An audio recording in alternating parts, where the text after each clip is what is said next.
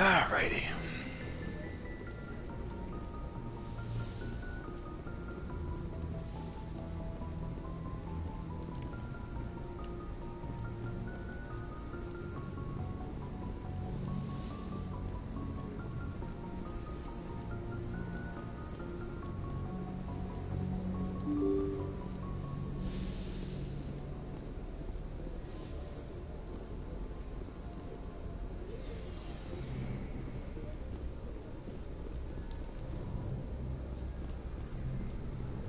Hello, Caden.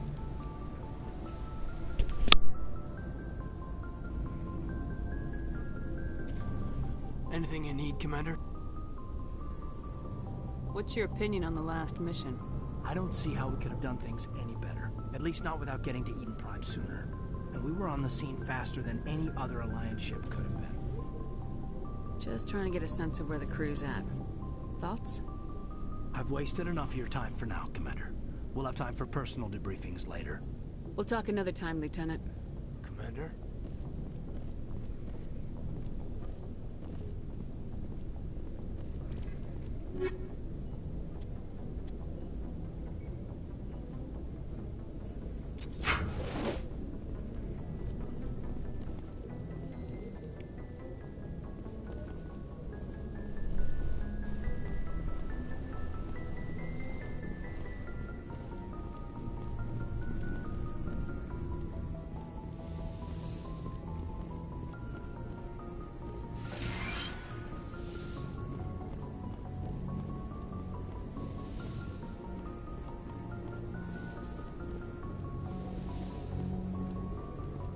Yes, Commander? Is there something you need? How well do you know the Lieutenant? I'd never worked with him before this mission. But he has an impressive service record. Over a dozen special commendations. Tends to keep to himself, though. Maybe because of the headaches.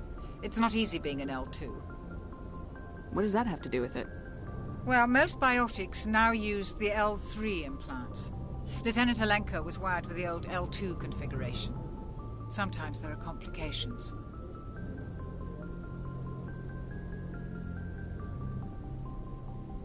What kind of complications? Severe mental disabilities, insanity, crippling physical pain. There's a long list of horrific side effects. Caden's lucky. He just gets migraines.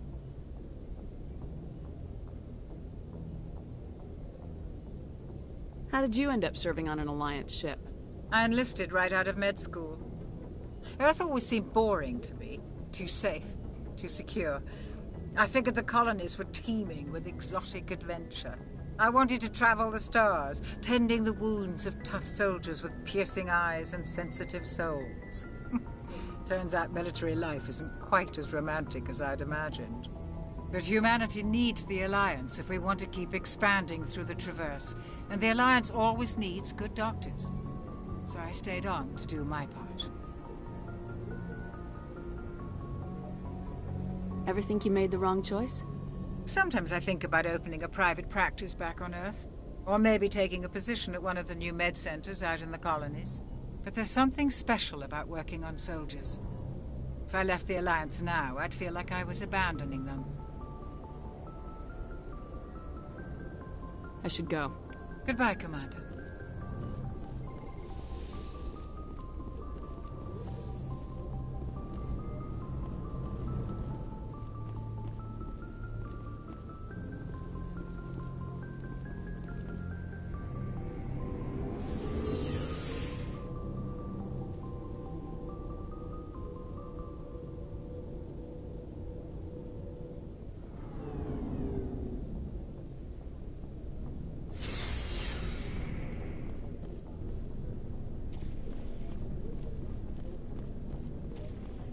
Commander? What's your opinion of the last mission? Kinda wish you'd got there sooner, Commander. No offense, I appreciate the rescue. I just wish... You wish we'd been able to save the rest of your unit. Yes, ma'am. If I had been more alert, we wouldn't have been cut down by an ambush.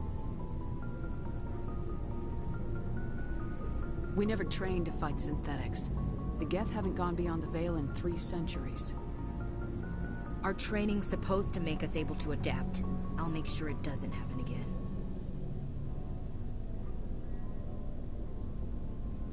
What's your opinion of the last mission? Kinda wish you'd got... No offense, I appreciate the rescue. I just wish... They died? If I had been more alert, we wouldn't have been cut down by an ambush. The Geth are perfect. They have... I'll make sure it doesn't happen again. Do you have a few minutes to talk? One-on-one? I'm sorry, Commander. I need to get my duty squared away. I wouldn't mind talking more later, though. Dismissed, Chief. Ma'am.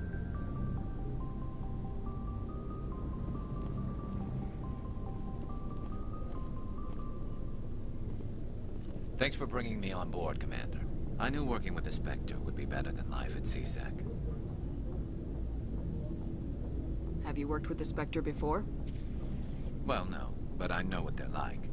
Spectres make their own rules. You're free to handle things your way. At CSEC, you're buried by rules. The damn bureaucrats are always on your back. Being a Spectre does have its advantages. Exactly my point. If I'm trying to take down a suspect, it shouldn't matter how I do it, as long as I do it. But CSEC wants it done their way. Protocol and procedure come first. That's why I left. So you just quit because you didn't like the way they do things? There's more to it than that. It didn't start out bad, but as I rose in ranks, I got saddled with more and more red tape. CSEC's handling of Saren was typical. I just couldn't take it anymore. I hate leaving.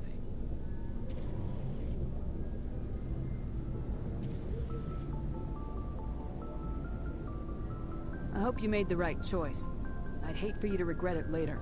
Well, that's sort of why I teamed up with you. It's a chance for me to get off the Citadel, see how things are done outside CSEC. Either way, I plan to make the most of this. And without CSEC headquarters looking over my shoulder, well, maybe I can get the job done my way for a change. If getting the job done means endangering innocent people, then no. We get the job done right, not fast. Got it? I wasn't trying to. I understand, Commander. Yeah, we gotta rein in his little tendency here to to go haywire. Nice ship you've got, Shepard. What can I do for you? What's your story, Rex? There's no story. Go ask the Quarian if you want stories. You Krogans live for centuries. Don't tell me you haven't had a few interesting adventures. Well, there was this one time the Turians almost wiped out our entire race. That was fun.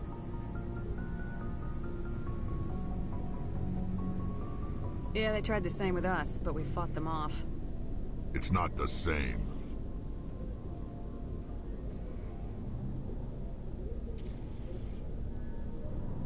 It seems pretty much the same to me. So your people were infected with a genetic mutation? An infection that makes only a few in 1,000 children survive birth? And I suppose it's destroying your entire species?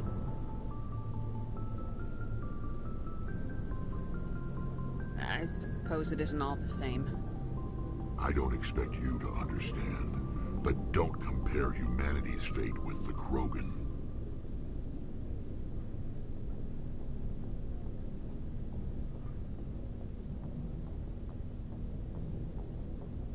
I was just making conversation. I wasn't trying to upset you. Your ignorance doesn't upset me, Shepard. As for the Krogan, I gave up on them long ago.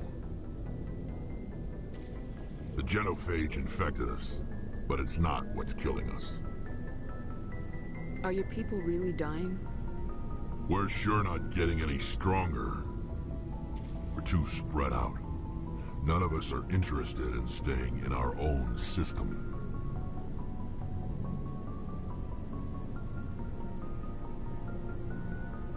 Lots of species have left their homes and prospered. But they go to colonize new worlds. We're not settlers. We're warriors. We want to fight. So we leave. Hire ourselves out. And most of us never go back. What can you tell me about the Genophage? Ask the Solarians if you want details. They made it.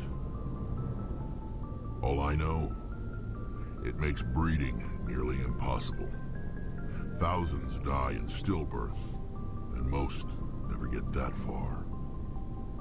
Every Krogan is infected, every one. And no one's rushing to find a cure.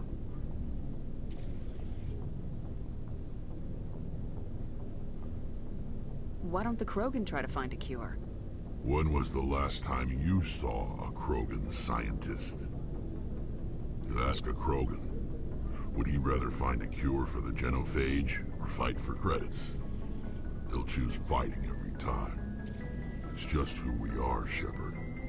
I can't change that. Nobody can. So long, Rex.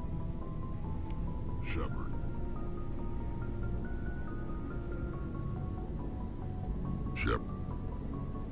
Rex? Shepard? Rex? I don't know why, but the internet loves that you can just do Shepard, Rex, Shepard, Rex. So hold on a second, I'll be right back. And you're not even there anyway, so, but you might be listening to this in the future. At which point, I will be right back.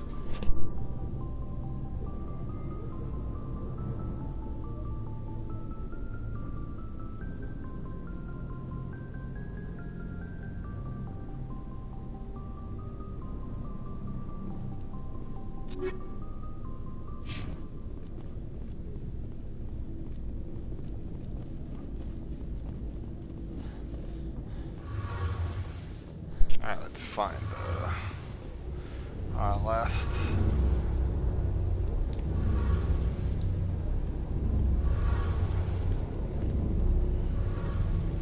Tali. Your ship's amazing, Shepard. I've never seen a drive core like this before. I can't believe you were able to fit it into a ship this small. I'm starting to understand why you humans have been so successful. I had no idea Alliance vessels were so advanced.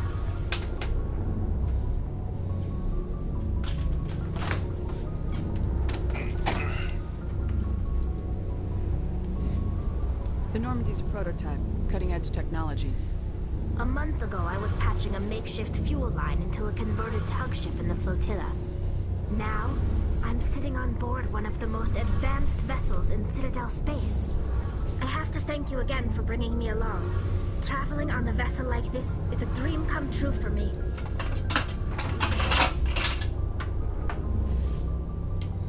I had no idea you found ship technology so interesting. It comes with being a Quarian. The migrant fleet is the key to the survival of my people. Ships are our most valuable resource. But we don't have anything like this. We make do with cast-offs and second-hand equipment.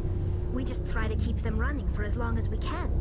Some of the fleet's larger vessels date all the way back to our original flight from the Geth. I can't believe your fleet's still using ships that are 3 centuries old. They're constantly being repaired, modified, and refitted. They aren't pretty, but they work. Mostly. We've tried to make ourselves as independent as possible on the flotilla. Grow our own food, mine, and process our own fuel. But some things we just can't make on our own. A patch to maintain the hull integrity requires raw materials we just don't have. That's why our pilgrimages are so important. Tell me about your people. Our lives aren't easy. Resources are scarce, and we are constantly on the move. Everything we do must in some way contribute to the continuation of the migrant fleet. There are 17 million Quarians in the flotilla, and each of us relies on the others for survival. The bonds among my people are strong. Unfortunately, we have had to surrender many of the freedoms and civil liberties other species take for granted. What kind of freedoms? Well, it's illegal for parents to have more than one child. If our population grows too much, it would strain our resources to their breaking point. Of course, we also can't allow our numbers to become too few. If our population is in decline, the rule against single births is temporarily repealed.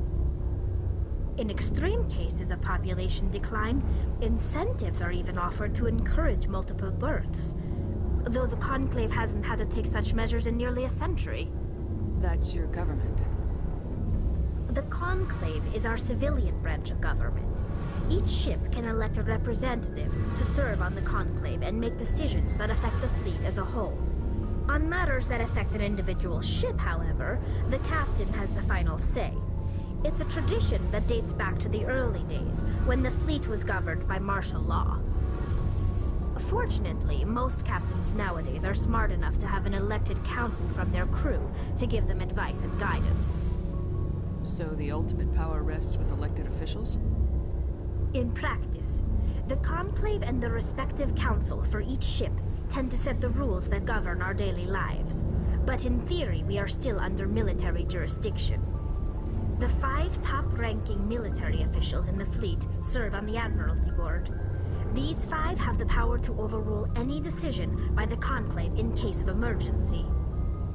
To do so requires unanimous agreement among the Admiralty, and they can only do this once. After that, the entire board must resign their posts. It's a safeguard that served us well. In nearly 3 centuries, the Admiralty Board has only overruled the Conclave 4 times. I want to know more about the Geth. I doubt I can tell you anything you don't already know. It's been almost 3 centuries since they drove my people into exile. All I know is the story of their origins, what they were when we created them, and how they turned on us. Interesting. The Geth were originally created to serve as an automated manual labor force. Initially, their intelligence was as limited as any VI. Over time, we made small modifications to their programming to allow them to perform more varied and complex tasks, bringing them closer and closer to true AI status. How come the Council didn't step in and stop you? This wasn't true AI research. We may have been skirting the bounds of the law, but we never did anything that was actually illegal. The changes were so insignificant, so gradual, that we were able to control them. Or so we thought. But one thing we underestimated was the power of the neural network. A million Geth thinking simultaneously created an inherently unstable matrix. So the Geth share brainpower? Many of the Geth's logic systems were designed to work in concert with other nearby Geth. Basically, the more of them you have in a group, the smarter they are.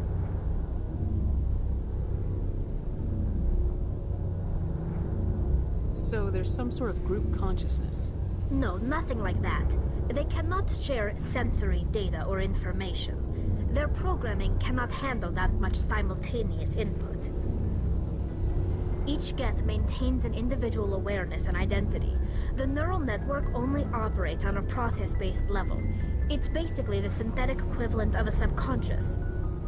But when they're in close proximity, they can coordinate low-level functional processes, freeing up more capacity for original or independent thought.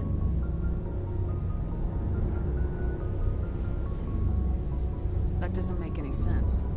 I'm probably oversimplifying. The Geth are incredibly advanced and complex creations. All you need to know is that they get smarter when they gather in large numbers.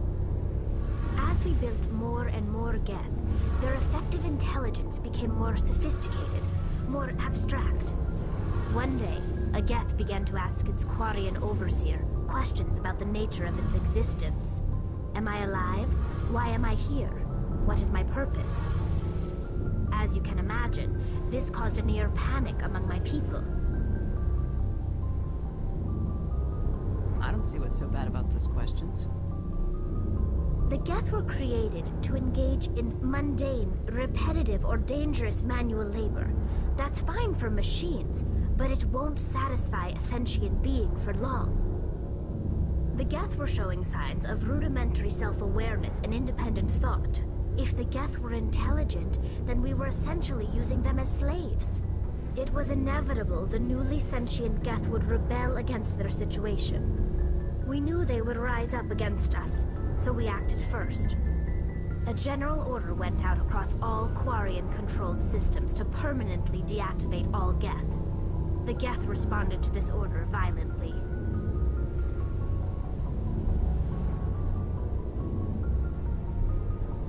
Hey, you can't blame them for fighting for their survival. We had no other choice. The Geth were already on the verge of revolution. By acting quickly, we had a chance to end the war before it began. The hope was that most of the Geth would still be little more than machines, incapable of organized resistance. But they had progressed much further than anyone anticipated. The war was long and bloody. Millions upon millions of Quarians died at their hands. In the end, we were forced to flee our own homeworld. We feared the Geth would pursue us, but they never came beyond the Veil. Now we drift through space, exiled, searching for a way to reclaim what was once ours.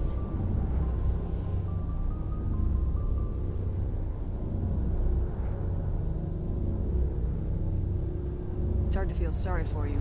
Your ancestors tried to wipe out another species.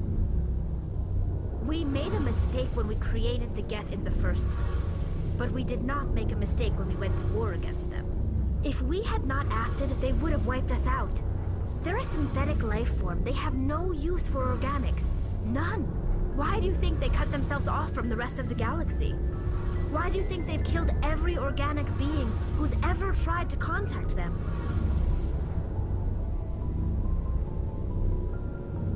They didn't kill Saren. What does that tell you? The Geth are not innocent victims in all this. They're the enemy. They want to destroy us. Not just the Quarians. All organic life. That's why they've joined up with Saren. And that's why we have to stop him.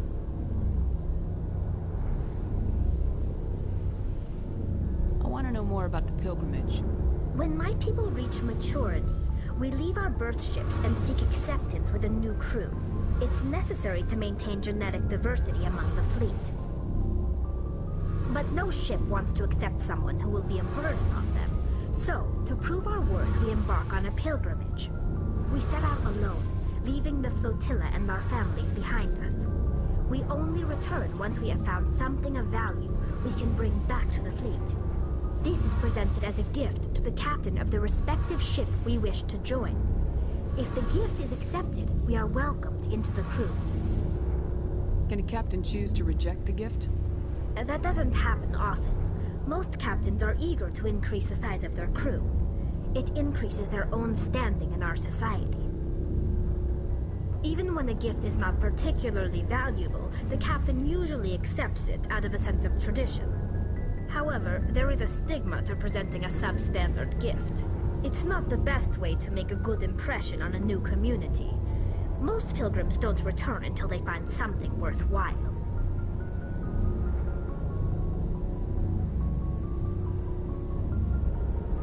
I can't believe they just send you off alone.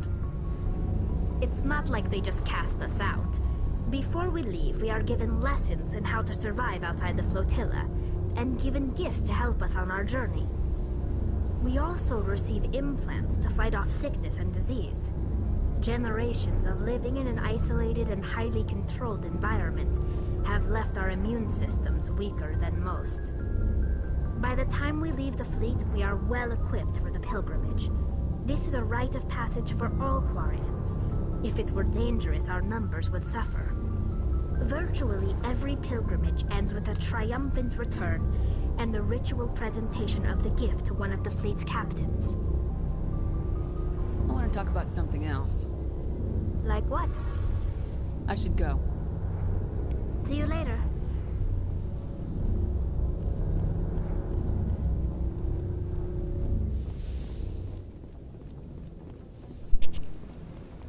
Alright, that was the most conversation I could get out of anybody. Nobody else really wants to talk to me too much about it. I guess Garrett's hell will chat with me. Let's talk to our engineer. Hey, Commander, you know that Quarian, Tali? She's been spending all her time down here asking me about our engines. I'll tell her to leave you alone. What? No, she's amazing. I wish my guys were half as smart as she is. Give her a month on board and she'll know more about our engines than I do. She's got a real knack for technology, that one. I can see why you wanted her to come along. I figured she'd be a real asset to the team. You got an eye for Tali, Commander, but I'm guessing that's not why you came down here.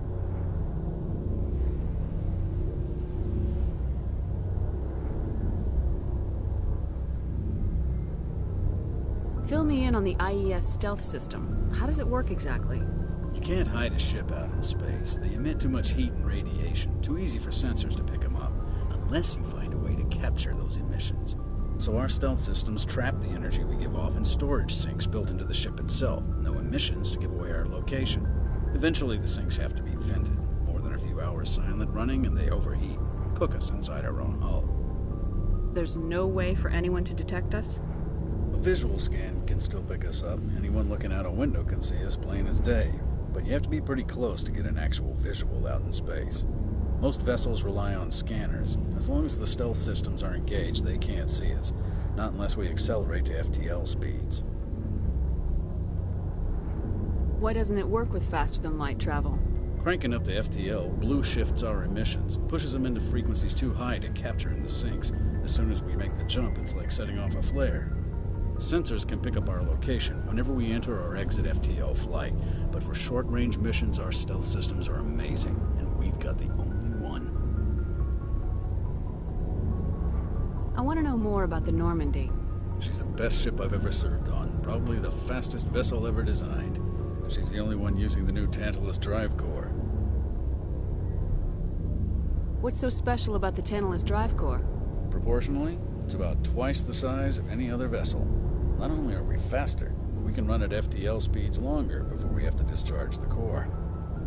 Where else have you served, Adams? If you name a class of Alliance ship, I've probably served on it. Everything from dreadnoughts and carriers right down to frigates like the Normandy. My last assignment was on the Tokyo, only a cruiser, but she was a good ship. Couldn't hold a candle to the Normandy, though.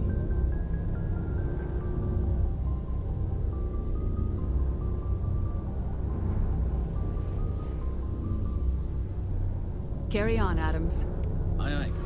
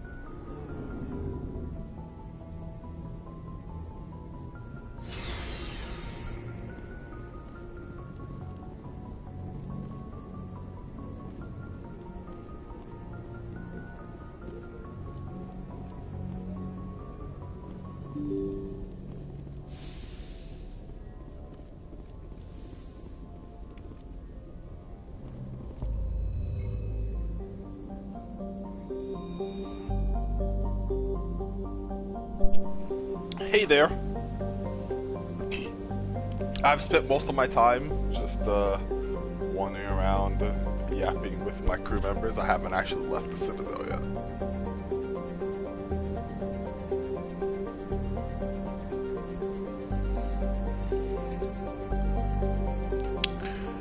Oh.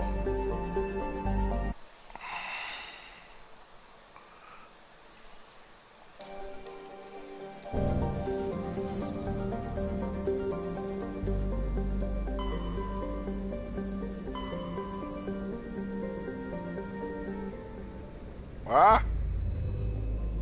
Pulled out too far. So the most interesting conversation was probably with Tali. It happened about like it started about 15 minutes ago or so. After that, I had a quick talk with my engineer where he talks about how special our ship is. But Tali gives us some background on her people, what their government is like, what the pilgrimage is about. It's kind of interesting. So I figured you might want to know. Alrighty. And we decided we were gonna go pick up Liara real quick, so we have our full team. So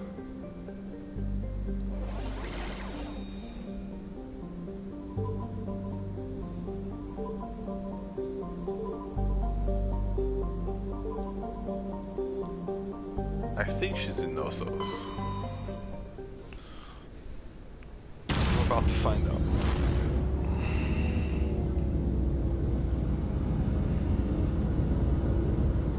I mean, I talked with the whole team, but most of them didn't have much to say.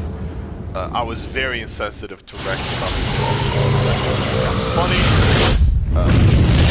Because Shepard's trying to weasel her way out, like, sorry, and he's like, yeah, shut the fuck up. And he's right, shut the fuck up.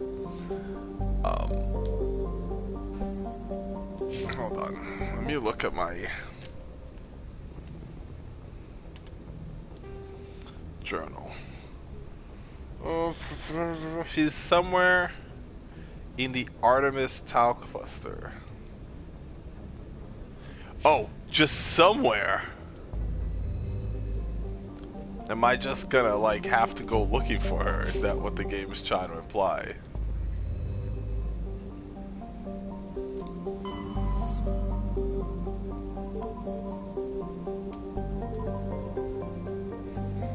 Okay, yep, we're just gonna search for her. Let's see what's up here. Fastest a small terrestrial with a trace of atmosphere, carbon dioxide, xenon. The surface is scorching hot, mainly composed of sulfur and various silicates. There's little of interest in this desolate world. Okay. I keep pushing the wrong buttons. What's over here?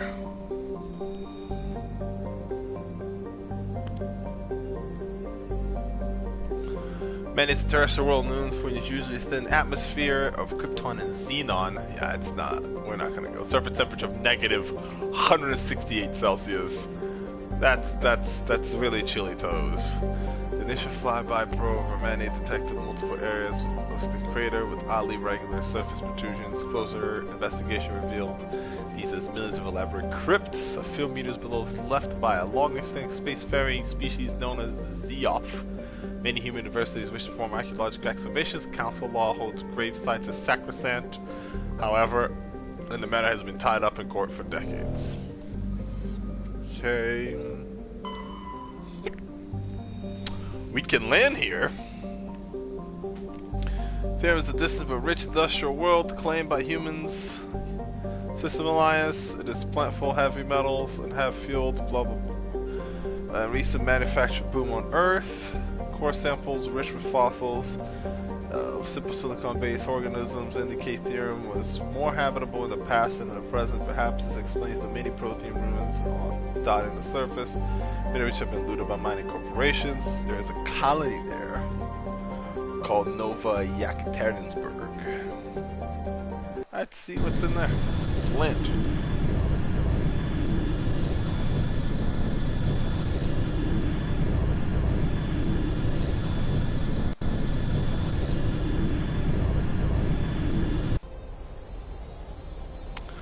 Who are we bringing?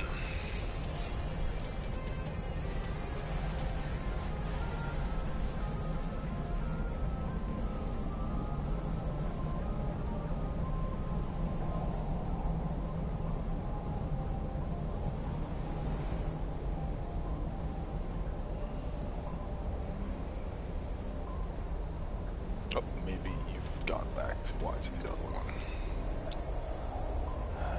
Okay.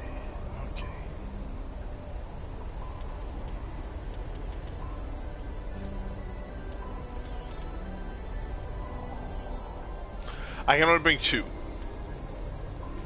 Can only bring two people.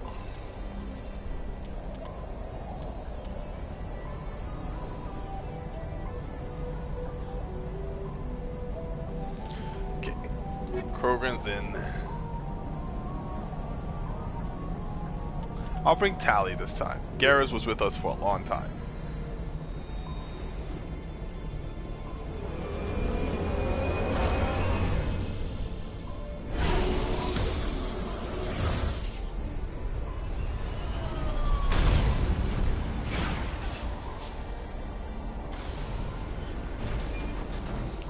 Okay. Commander, I'm picking up some strange readings. Really strange, like off the damn charts. It looks like it's coming from an underground complex a few clicks away from the drop zone.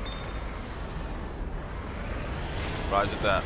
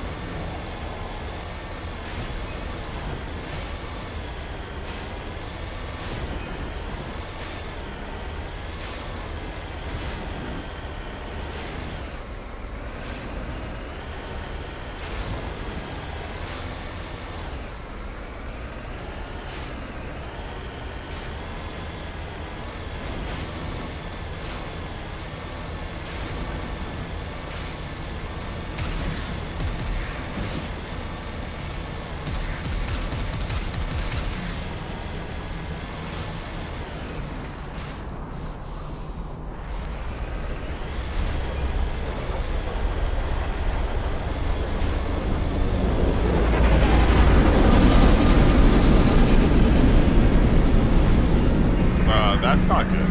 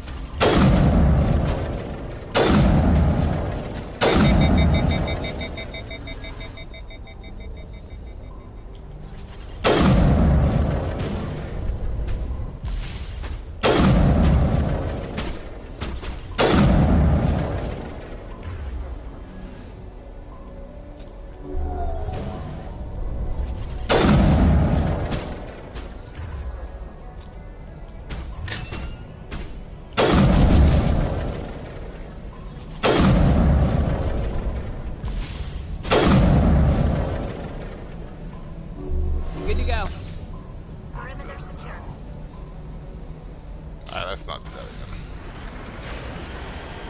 Wasn't worth it. Stay out of the lava.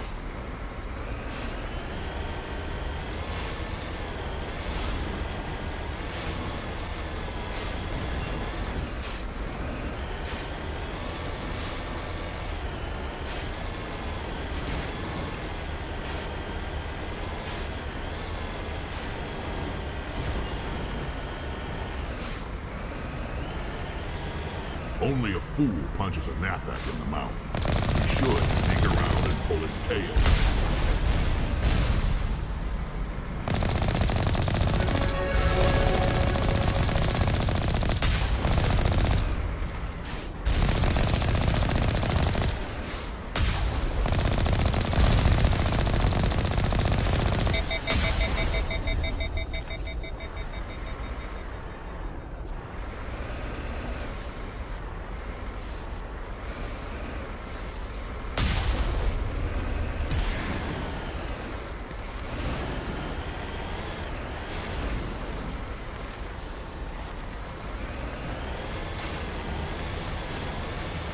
I'm supposed to get out, but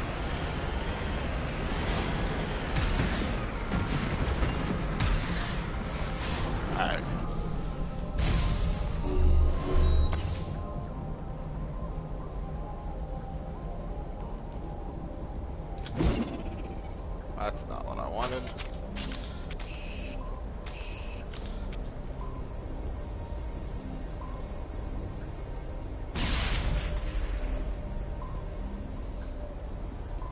Okay, what the hell?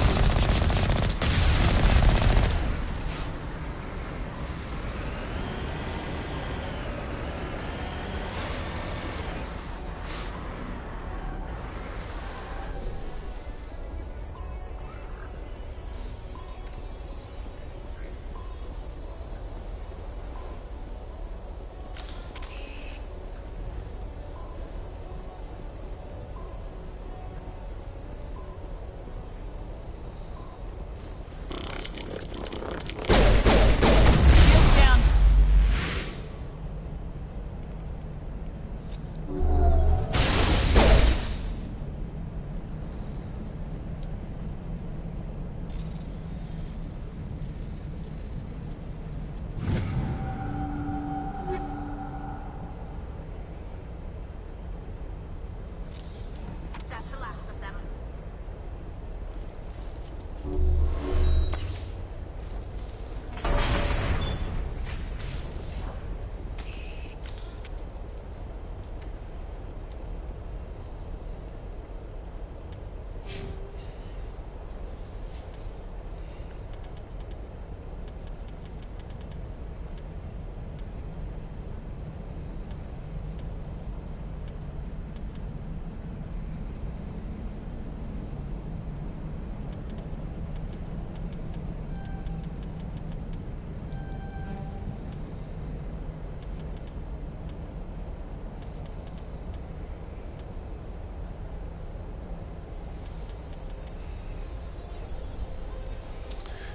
Being in medium armor is not the worst idea.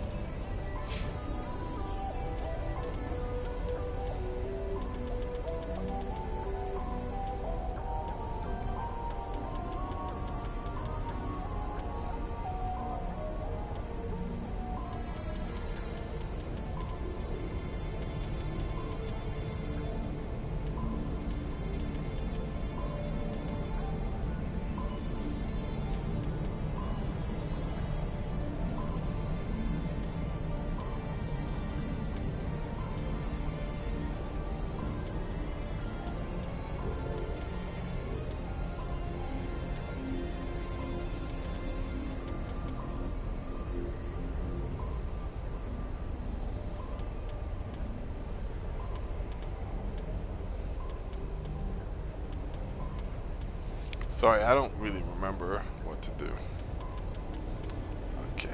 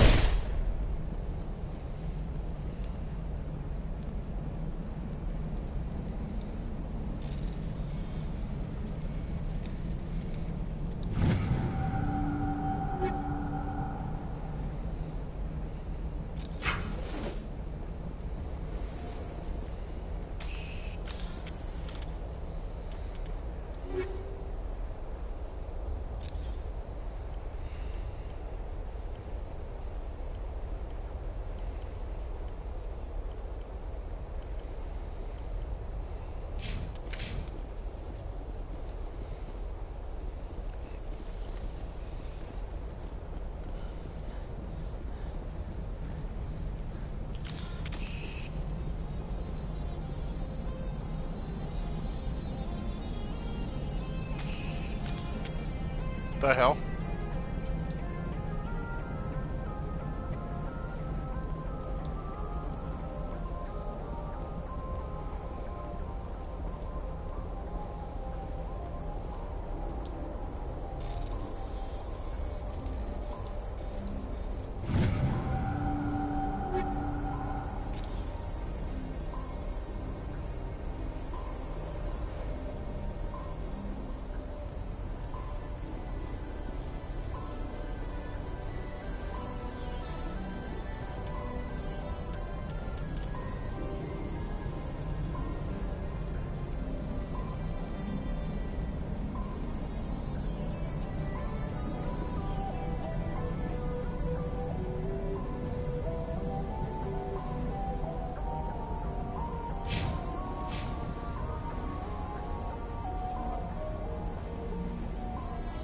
Out here that I missed. Oh, there it is. Key control. Duh.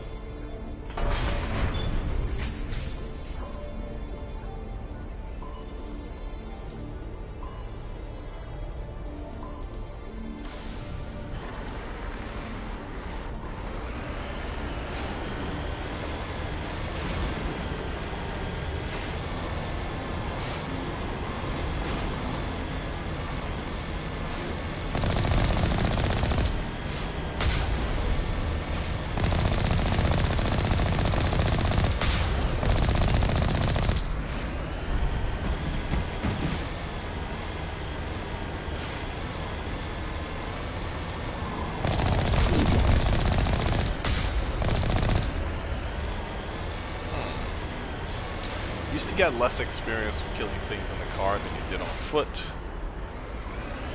but that doesn't seem to have changed. Maybe I don't know if they're still doing that.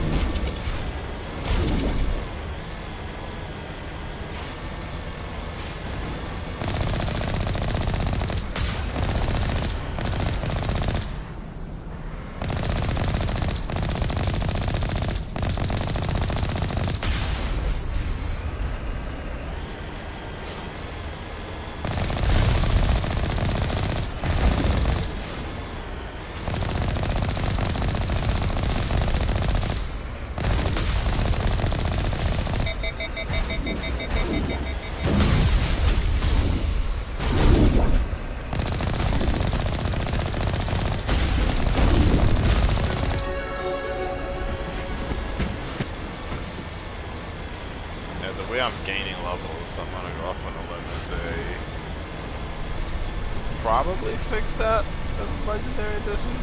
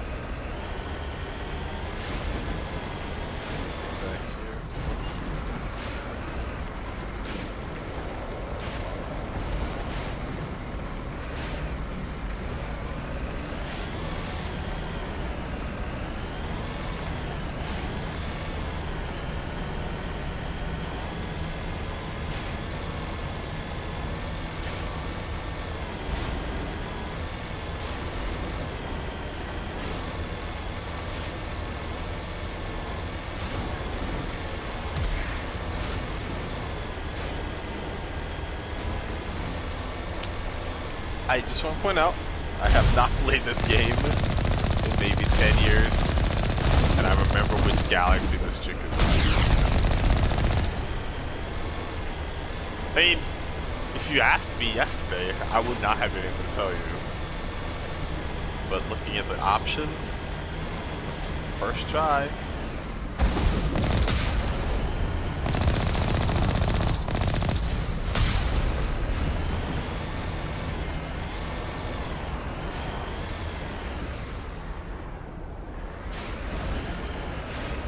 Pretty much.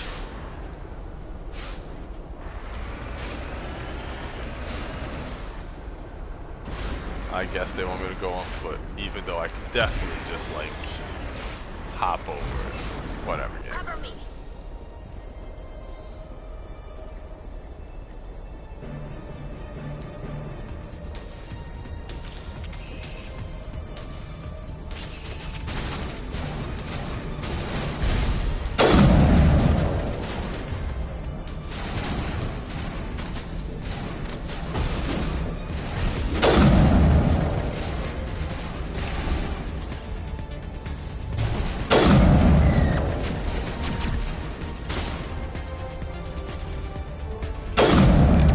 Nice cover, buddy. Nice cover.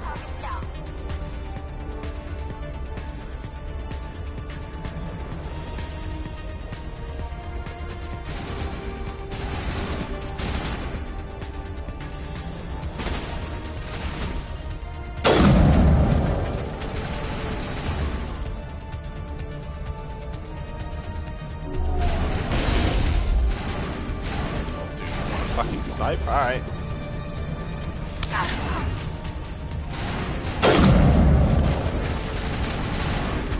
Patching you up.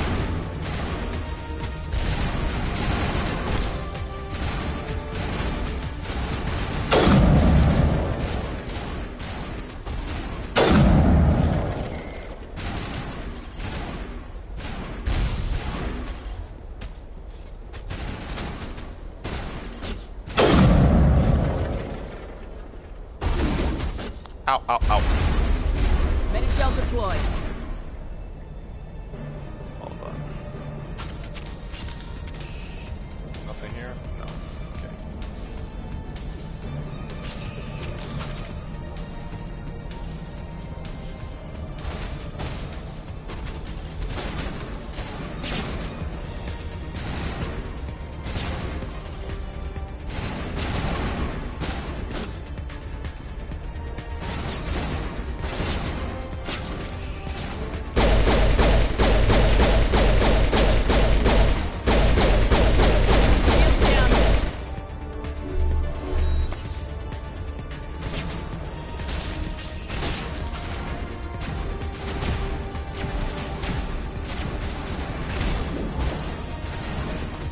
God, the cover is so stiff in this game.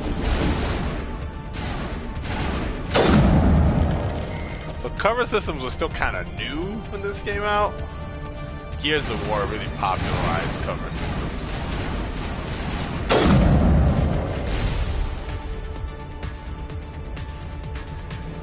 The thing about new things is they're not always great.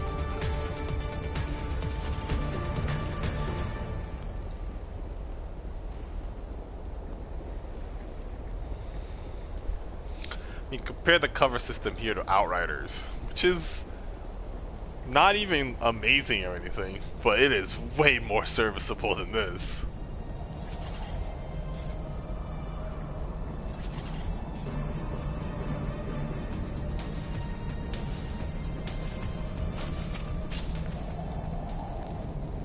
Now I did not have an assault rifle on, but fine, whatever.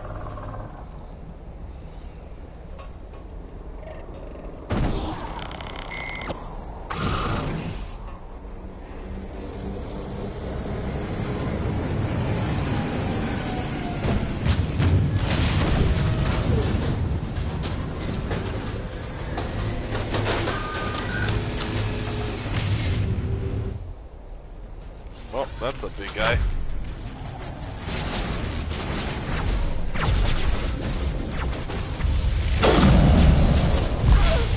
Tally, for all that's up, she's dead. All patched up.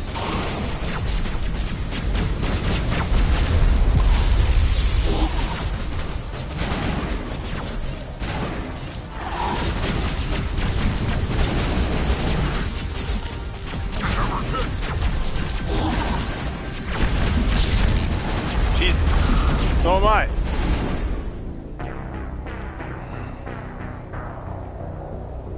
Okay.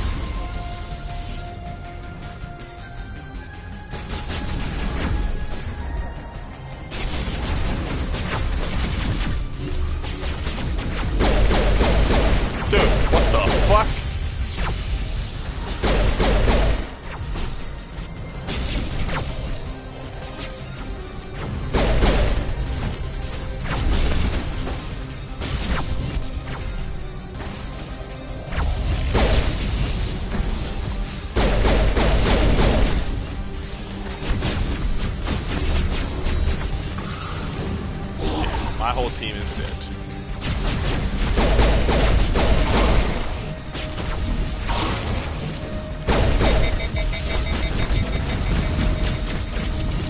Jesus Christ, I'm dead too. Okay, hold on.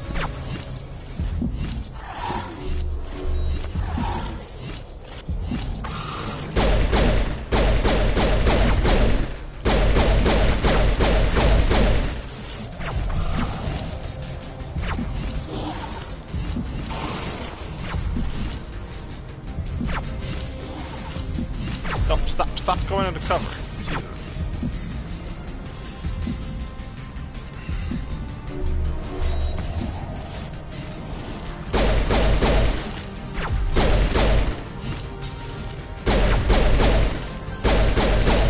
Haha! Idiots. There's only two places they can get to that allows them to hit me.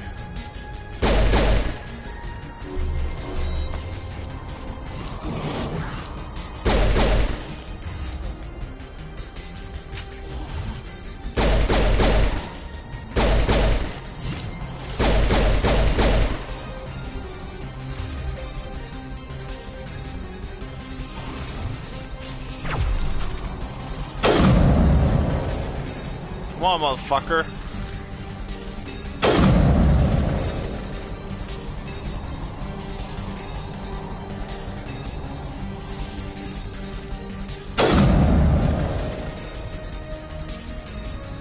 Fuck y'all.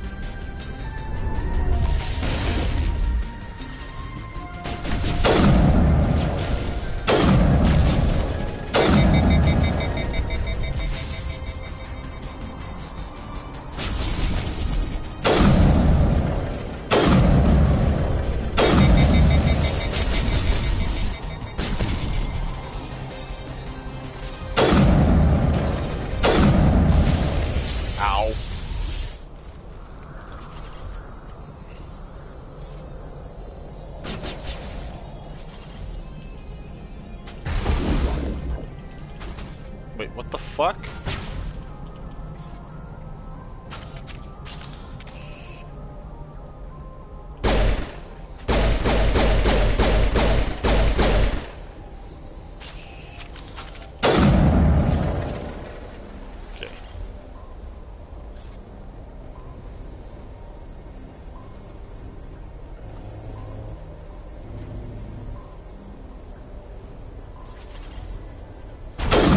Hi, buddy.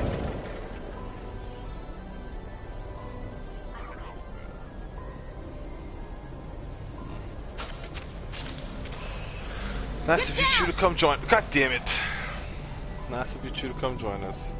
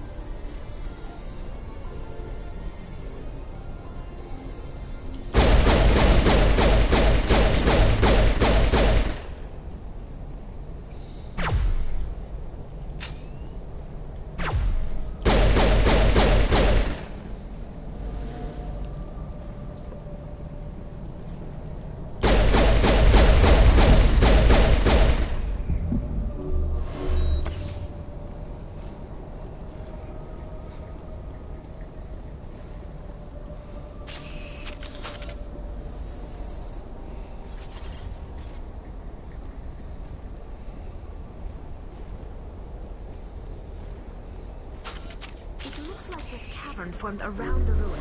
After it.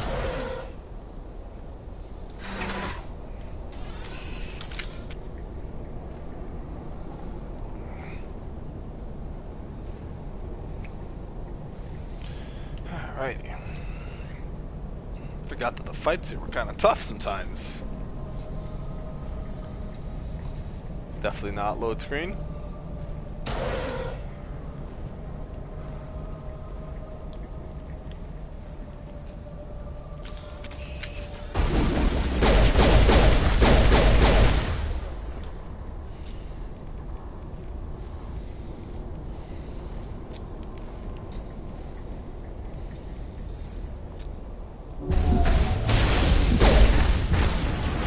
Holy shit!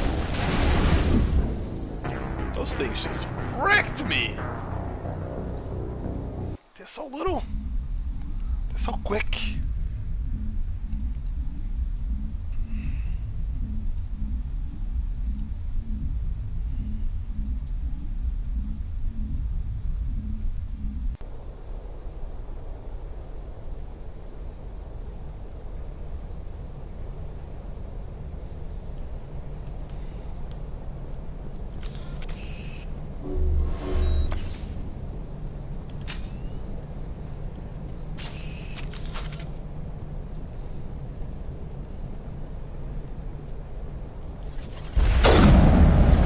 Oh, god damn it.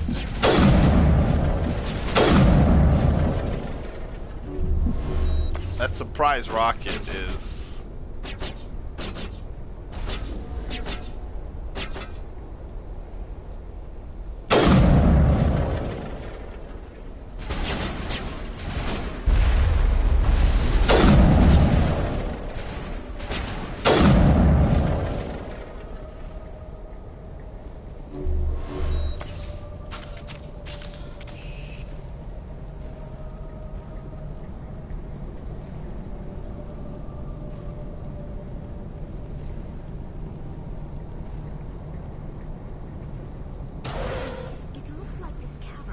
Around the ruin after it was built.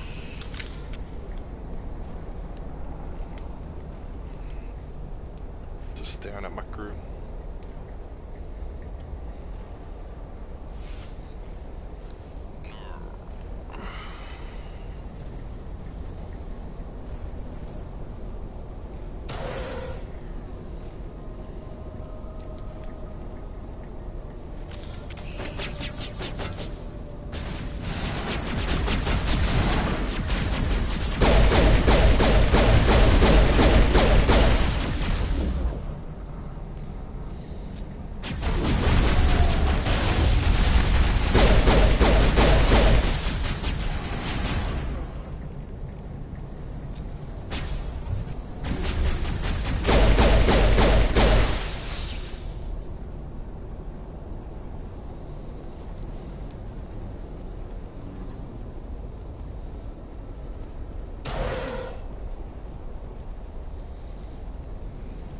Rex, you went down, dude?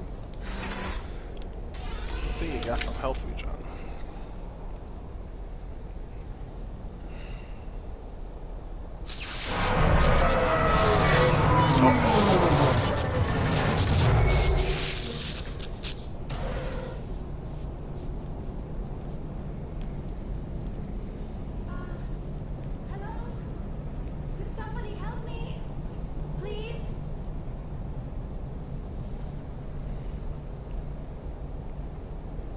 Can you hear me out there? I'm trapped. I need help. Liara Tassoni, I presume? Thank the goddess. I did not think anyone would come looking for me. Listen, this thing I'm in is a Prothean security device. I cannot move, so I need you to get me out of it, all right? How did you end up in there? I was exploring the ruins when the Geth showed up, so I hid in here. Can you believe that? Geth, beyond the veil! Yeah, we run into a few. I activated the tower's defenses. I knew the barrier curtains would keep them out. When I turned it on, I must have hit something I wasn't supposed to. I was trapped in here. You must get me out, please!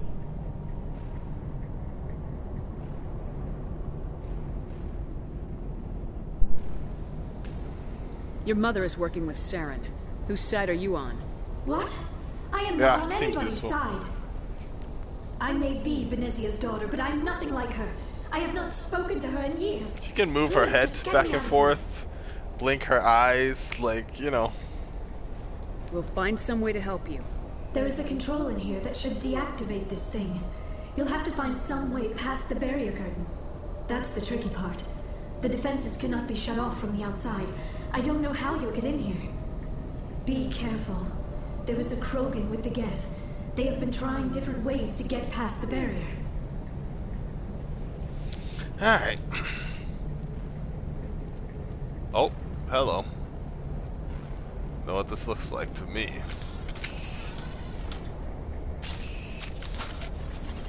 Sniping position.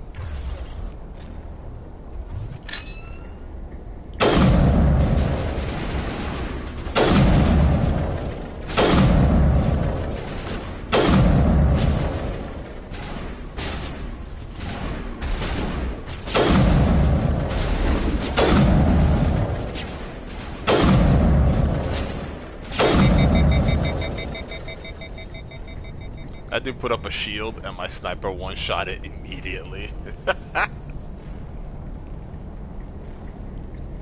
So weapons have infinite ammo in this game, but they overheat. Which is what all that beeping is about.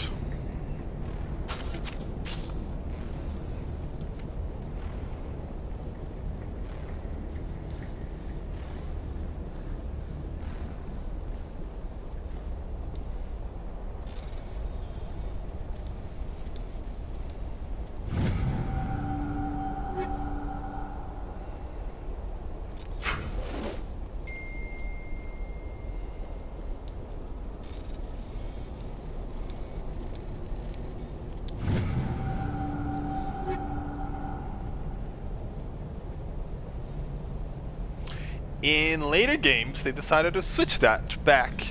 So the lore excuse is that they found fancy weapons that are much stronger, but they overheat too fast. So now they have cooling systems that are like disposable cooling systems that are super strong.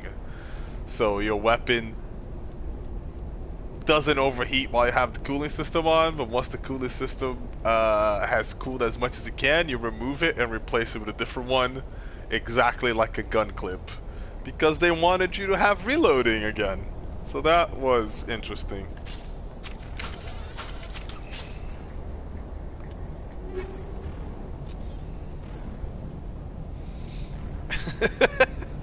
It's like, oh, we have this cool unique thing that nobody does. Let's not do that anymore. That's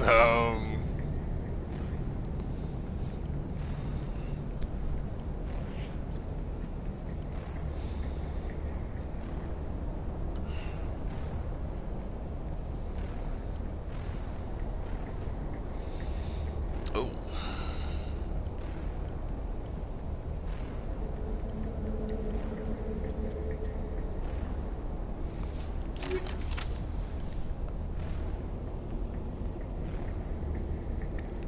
Yep. And all of your abilities. And in this game, every gun has a special ability you can unlock if you, level up your skill with that enough.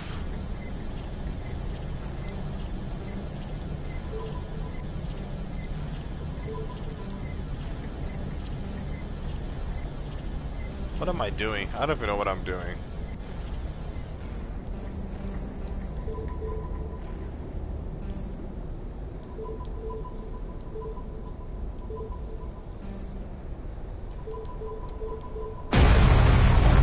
Okay.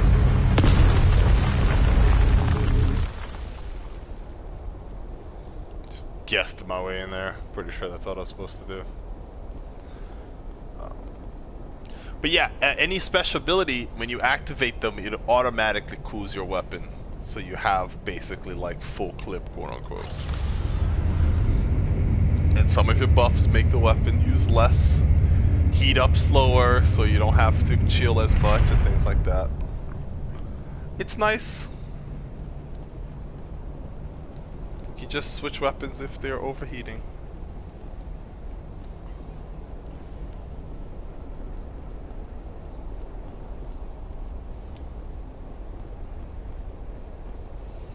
Oh, how did you get in here? I didn't think there was any way past the barrier. We blasted through with the mining laser. Of course. Yes, that makes sense. Please, get me out of here before more Geth arrive. That button over there should shut down this containment field.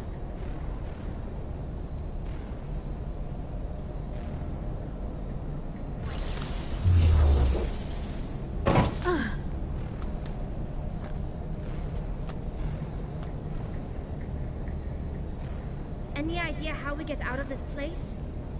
There is an elevator back in the center of the tower. At least I think it's an elevator. It should take us out of here. Come on! I still cannot believe all this.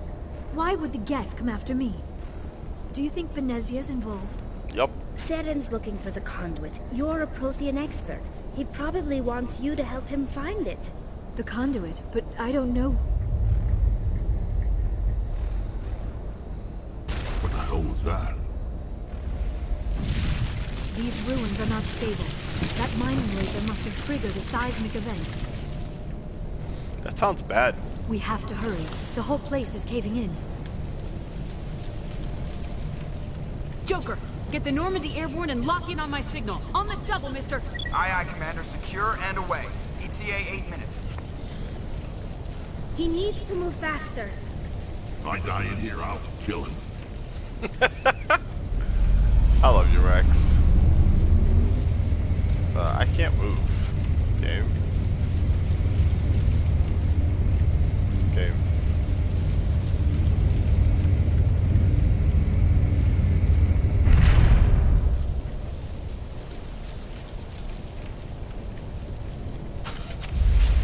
That's how people get ambushed.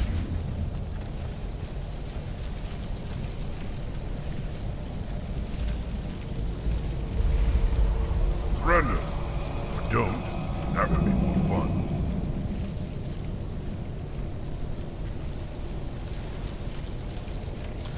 We don't have time to deal with this idiot. Charge! I like your attitude. Fuck it.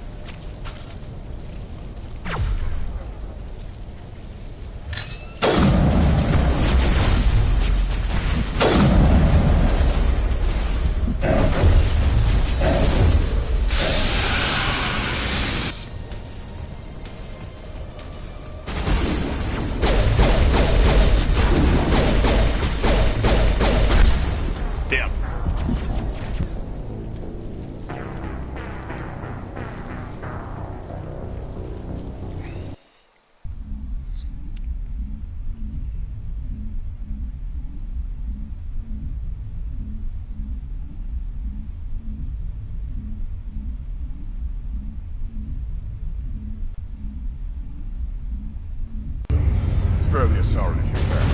No, it doesn't matter.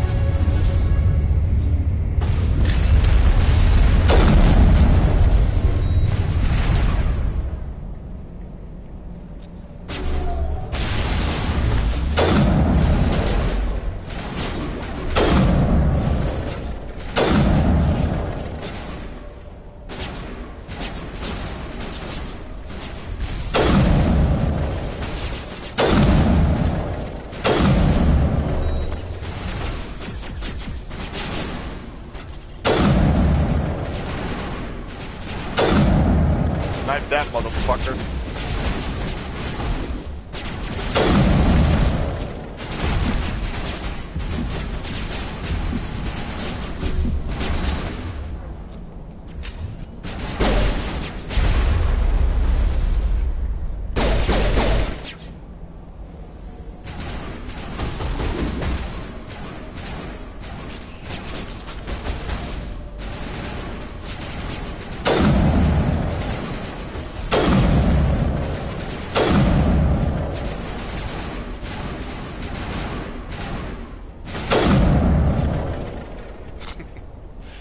Poke.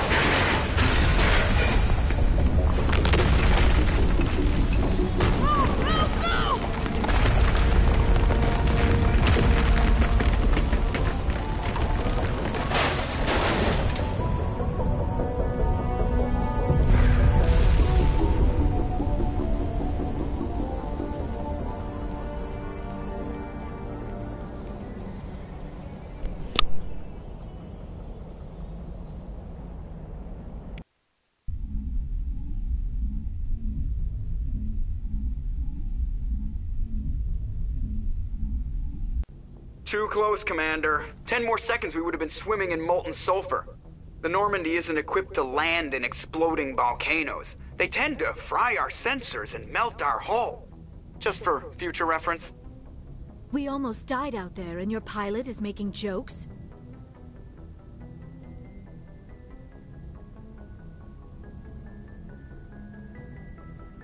Joker pulled our asses out of there. I think he's earned the right to a few bad jokes. I see. It must be a human thing. I don't have a lot of experience dealing with your species, Commander. But I am grateful to you. You saved my life back there, and not just from the volcano. Those Geth would have killed me or dragged me off to Saren. What did Saren want with you? Do you know something about the conduit? Only that it was somehow connected to the Prothean extinction. That is my real area of expertise. I have spent the past 50 years trying to figure out what happened to them. Just how old are you exactly? I hate to admit it, but I am only 106. Damn! I hope I look that good when I'm your age. A century may seem like a long time to a short-lived species like yours, but among the Asari, I am barely considered more than a child. That is why my research has not received the attention it deserves. Because of my youth, other Asari scholars tend to dismiss my theories on what happened to the Protheans. Did your research turn up anything interesting? What is interesting is what I did not turn up. There is remarkably little archaeological evidence of the Protheans, and even less that might explain why they disappeared. It is almost as if someone did not want the mystery solved. It is like someone came along after the Protheans were gone and cleansed the galaxy of clues. But here is the incredible part. According to my findings, the Protheans were not the first galactic civilization to mysteriously vanish. This cycle began long before them. Where'd you come up with this theory? I thought there wasn't any evidence. I have been working on this for 50 years. I have tracked down every scrap and shred of evidence. Eventually, subtle patterns start to emerge, patterns that hint at the truth. It is difficult to explain to someone else. I cannot point to one specific thing to prove my case. It is more a feeling derived from a half-century of dedicated research. But I know I'm right, and eventually that's I not will how be able research to works, prove by the it. way. There were other civilizations before the Protheans. This cycle has repeated itself many times over.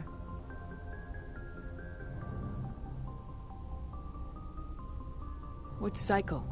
What are you talking about? The galaxy is built on a cycle of extinction. Each time a great civilization rises up, it is suddenly and violently cast down. Only ruins survive. The Protheans rose up from a single world until their empire spanned the entire galaxy. Yet even they climbed to the top on the remains of those who came before. Their greatest achievements, the mass relays and the Citadel, are based on the technology of those who came before them. And then, like all the other forgotten civilizations throughout galactic history, the Protheans disappeared. I have dedicated my life to figuring out why. You're not much of an expert, Doctor. The answer's been standing in front of you the whole time. The Protheans were wiped out by a race of machines, the Reapers. The Reapers? But I have never heard of.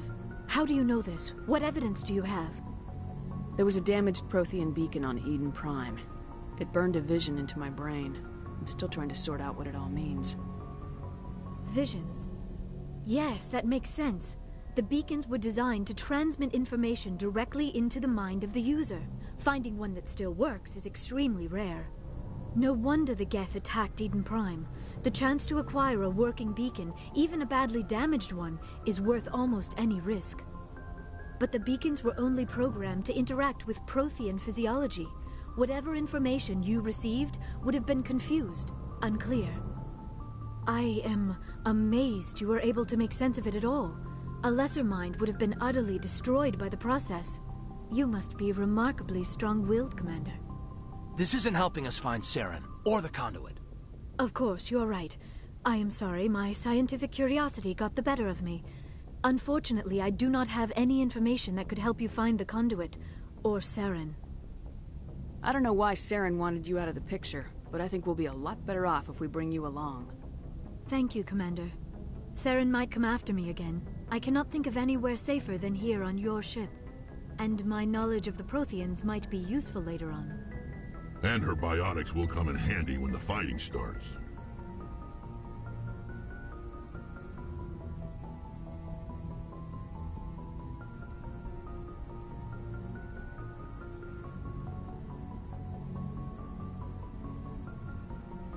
We've already got every other non-human species on board.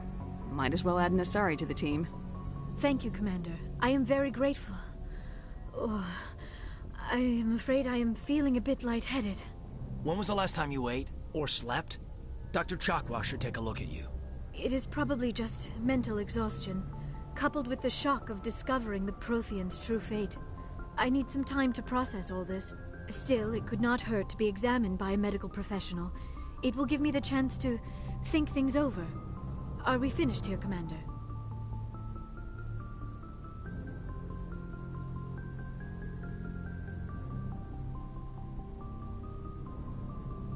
Go see the doctor. The rest of you, dismissed. Mission reports are filed, Commander. You want me to patch you through to the Council? Patch him through, Joker. Setting up the link now, Commander. We've received your report, Commander. I understand Dr. Tassoni is on the Normandy. I assume you're taking the necessary security precautions. Don't tell me how to do my job. You are free to act as you see fit, Commander. Our role is to offer guidance and advice. It's up to you if you're smart enough to listen. Liara's on our side. The Geth were trying to kill her. Benezia would never allow Saren to kill her daughter. Maybe she doesn't know. Or maybe we don't know her. We never expected she could become a traitor. At least the mission was a success. Apart from the utter destruction of a major Prothean ruin. Was that really necessary, Shepard? The Geth were crawling all over those ruins. We were lucky to make it out alive. Of course, Commander. The mission must always take priority. Good luck, Commander. Remember, we are all counting on you. It's interesting how this game is built. So, after every mission, we have the option to contact the Council, and the Council's kind of almost always riding our ass about everything we do. And I think the game wants you to be annoyed at that. That's why there's always a disconnect option. A lot of players love that option, think it's hilarious. And at the end, spoilers, but not really, you get to choose what to do with if you save the Council or not. And I think that's the game was going for this whole like, oh, they're so annoying, will you put yours? But I'm like, most of the shit they give us crap about, they're kind of right. Like, we should be careful if Liara is trustworthy or not. We should try not to blow up Prothean ruins. I mean, I know they don't know all the details. We didn't do it on purpose or anything like that. But like, it's okay that they ask questions. It's nice that we do have some sort of oversight as a Spectre, even if it's pretty minimal. Just, you know. I don't really have a lot of beef with them. I prefer gold to silver, you know, for my medal. I figured you'd recommend me for one since I pulled your boots out of the fire. If we present you with a medal, you'll end up sitting on stage listening to politicians make speeches for a couple of hours. That's a good point. They'd probably make me shave, too. I spent the last 7 weeks working on this baby. No medal's worth that. So, Commander, why don't you tell me why you're really here? I like Joker. How's the Normandy performing? Is she everything they said she'd be? She's the best ship in the fleet. If you've got a pilot who knows how to handle her. Balance isn't what you'd expect. Takes a while to get used to that oversized drive core we got stuffed in the back, and her power can sneak up on you if you're not careful. The Normandy's probably too much ship for your average Alliance pilot, Commander. Lucky for you, I'm anything but average. I like to know my crew. Mind if I ask you a few questions? I can see where this is going. You did a background check on me, didn't you? Well, I'll tell you the same thing I told the captain. You want me as your pilot. I'm not good. I'm not even great. I am the best damn helmsman in the Alliance fleet. Top of my class in flight school, I earned that. All those commendations in my file, I earned every single one. Those weren't given to me as charity for my disease. What are you talking about? Are you sick? You mean you didn't know? Oh, crap. Okay, I've got Vrolik syndrome, brittle bone disease. The bones in my legs never develop properly. They're basically hollow, too much force and they'll shatter. Even with crutches and my leg braces, it's hard to get around. One wrong step and crack! It's very dramatic. But I've learned to manage my condition, Commander. Put the Normandy in my hands and I'll make her dance for you. Just don't ask me to get up and dance unless, you know, you like the sound of snapping shin bone. Why does everyone call you Joker? It's a lot shorter than saying Alliance Flight Lieutenant Jeff Moreau. Plus, I love to make little children laugh. You're dodging the question. Look, I didn't pick the name. One of the instructors in flight school used to bug me about never smiling. She started calling me Joker, and it stuck. Why didn't you ever smile? Hey, I worked my ass off in flight school, Commander. The world's not gonna hand you anything if you go around grinning like an idiot. By the end of the year, I was the best pilot in the academy. Even better than the instructors, and everybody knew it. They'd all got their asses kicked by the sickly kid with the creaky little legs. One guess who was smiling at graduation? I need to know more about this Vrolik syndrome if I'm putting my ship in your hands. Yeah, of course you do. It's an extremely rare condition. Nobody knows exactly what causes it. Genetic, maybe. It's treatable, but there's no cure. They classify my case as moderate to severe. I was born with over a dozen fractures, hip, thighs, ankles. My bones were already breaking in the womb. 100 years ago, I wouldn't have survived past my first year.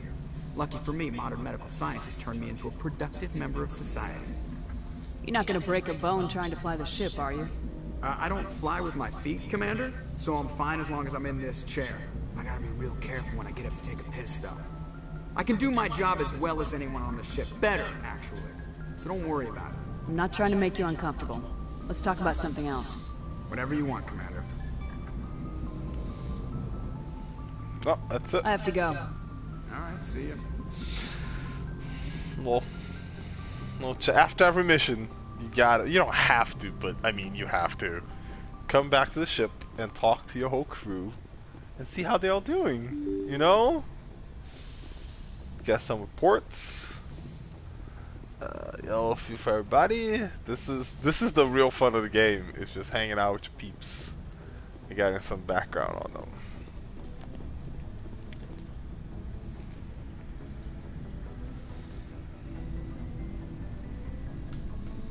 Commander, do you have a minute? What's on your mind, Lieutenant? Off the record, I think there's something wrong here. This Saren is looking for records on some kind of galactic extinction, but we can't get backup from the Council? Sorry, Commander. There's writing on the wall here, but someone isn't reading it. We'll get things done. I'd rather operate independently than have the brass on our backs anyway. I hear you. It just seems like a group that's been around as long as the Council should see this coming. I mean, it's funny, we finally get out here, and the final frontier was already settled. And the residents don't even seem impressed by the view. Or the dangers. Well, well. You're a romantic. Did you sign on for the dream, Malenko? Secure a man's future in space? Yeah, I read a lot of those books when I was a kid, where the hero goes to space to prove himself worthy of a woman he loves, or, you know, for justice. Or maybe I was a romantic in the beginning, but I thought about it after brain camp. Biotic acclimation and temperance training. I'm not looking for the dream.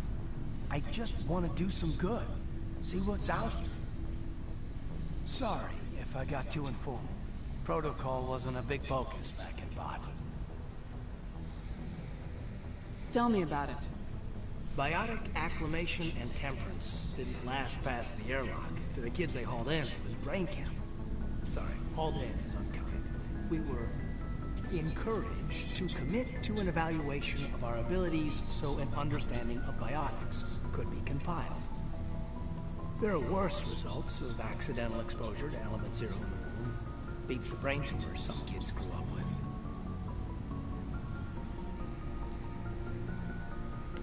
I heard all about that. How companies would arrange accidents to expose people to element 0. There was never any proof of that. It's not what happened in my case, anyway. My mother was downwind of a transport crash. It was before there were human biotics. A little after the discovery of the Martian ruins. It only gets iffy around 63 when Kinetics was running out of first-gen subjects. Until then, they'd relied on accidentals. A bunch of guys in suits show up at your door after school, and next thing you know, you're out on Jump Zero. Jump Zero is Gagarin Station, right? What's it like? Yeah, that's the official name. Biggest and farthest facility we had for decades. Right on the termination shock, the outer edge of the solar system. It's where they did all the Goose Chase FTL research before we caught on to using mass effect fields. It was a sterile research platform when I was there. There were other kids in the same boat, right? At least you weren't alone out there. That's true. We did have a little circle that'd get together every night before lights out. We didn't have much to do, though. It was a research platform then, and Kinetics kept Jump Zero off the extranet to prevent leaks. Then you must have had plenty of time to get to know each other. Yeah, we'd sit around and bull every night after dinner, play cards or network games. There was this girl named Rana, who had a little circle grow up around her. She was from Turkey. Her family was very rich. But she was smart and charming as hell. Beautiful, but not stuck up about it. Like you, I guess. Ma'am. Sounds like she was special to you. She was. Maybe she felt the same. But things never felt together. Training, you know. You know of any intentional exposures for certain? No one knows. Doesn't mean they didn't happen. As big as the exposures were, it was hard to track down accidentals. It was different then. No one knew the potential, so there wasn't a lot of regulation. Anything Kinetics did was gold. I'm not saying they intentionally detonated drives over our outposts, but in retrospect, they were damn quick on the scene. Jump Zero's a long way from home. What was it like? The grand gateway to humanity looks a lot better in the vids. Anyway, this was supposed to be a casual debrief, not a bull session about stuff that happened years ago. We have to depend on each other in combat. I like knowing what kind of man I have at my back. I understand, ma'am. I won't let you down. You, make a habit of getting this personal with everyone?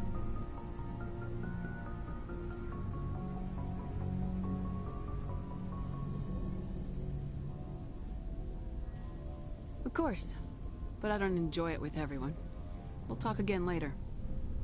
I'll need some time to process that, Commander. But, yeah, I'd like that.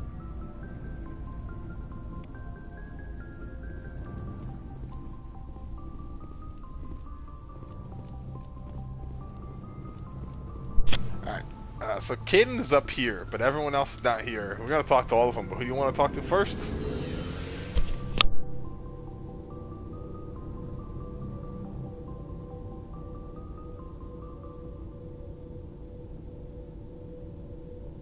Let's see, we got Garrus, Rex, Ashley. I don't know what Liara's probably hanging out with the doctor, right? And Tali's down there. I gotta sell some stuff. Looking for some extra supplies before you head out? While you work out. What have you got? Whatever you want. Armor, weapons, mods. It's not standard Alliance issue, but that's not necessarily a bad thing. Well, as long as you don't mind paying for it. Why should I pay you for my weapons and armor? My stuff doesn't come from the Alliance. I have to purchase it myself, and it's not cheap. Hell, the licenses alone have set me back more than I'd like. But no licenses, no goods. Without the goods, I'm out of a job. Let's see what you got. I bought you some You bet, licenses. I don't wanna fucking hear about it.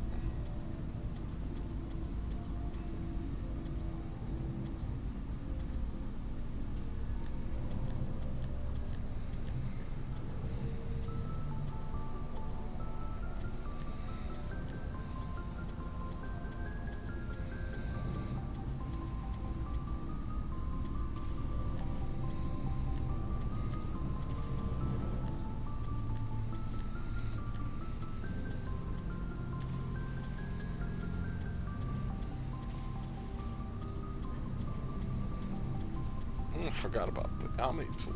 Should probably look at that.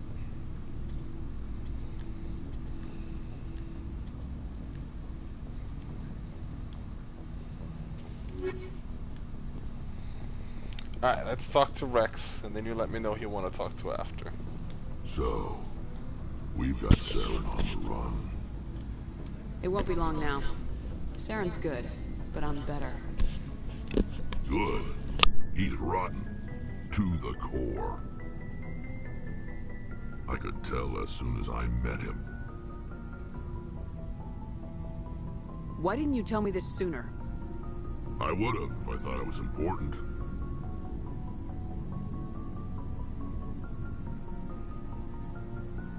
I'll decide what's important. Now tell me how you know Saren. This was a while ago. A bunch of mercs were bragging about a job out near the edges of the Terminus systems. They said it paid well and the boss was never around to ride them. They said he was looking for more men, too. So I checked it out. I didn't know Saren was openly recruiting mercs. It wasn't that open, and he only showed his face once. We'd been raiding ships in the area for months when we took out this massive cargo freighter.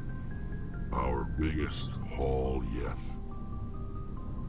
I was on board checking bodies for valuables, looking for some extra credits.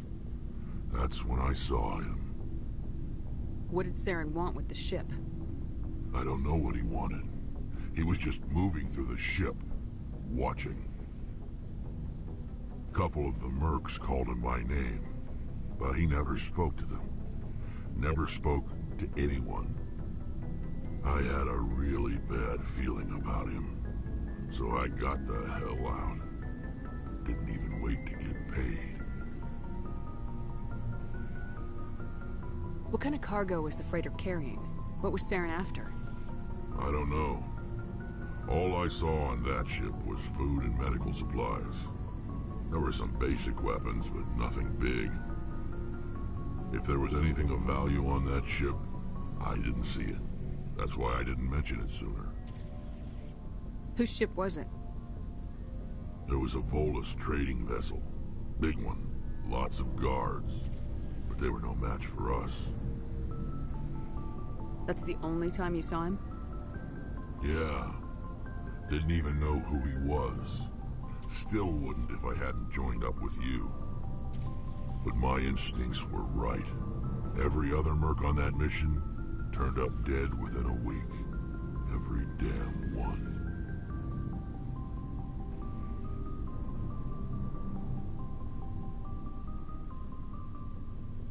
Are your people really dying? We're sure not getting any stronger. We talked about this earlier, but you missed it, so I'm doing it again. None of us are interested in staying in our own system. Lots of species have left their homes and prospered. But they go to colonize new worlds. We're not settlers. We're warriors. We want to fight. So we leave. Hire ourselves out. And most of us never go back. What can you tell me about the Genophage? Ask the Solarians if you want details. They made it. All I know, it makes breeding nearly impossible. Thousands die in stillbirth, and most never get that far. Every Krogan is infected, every one. And no one's rushing to find a cure. Why don't the Krogan try to find a cure? When was the last time you saw a Krogan scientist? Ask a Krogan. Would he rather find a cure for the Genophage or fight for credits? He'll choose fighting every time. It's just who we are, Shepard. I can't change that. Nobody can. So long, Rex. Shepard. Alrighty, let's see. Guess we'll talk to Ashley. Commander? What's your opinion of the last mission? Not sure I'd buy Dr. Tassoni's story about her and her mom not talking. They're family, right? Not everyone has a happy family life. No, I guess not. Too bad those ruins got destroyed. I mean, they lasted thousands of years. That's impressive. Do you have a few minutes to talk? One-on-one? Sure. I was hoping to get a minute of your time off the record.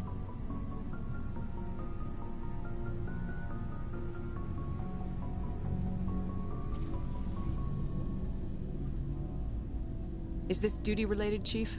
No, ma'am. Well, maybe. I know things are different aboard the Normandy, but I'm concerned about the aliens, Vakarian and Rex. With all due respect, Commander, should they have full access to the ship?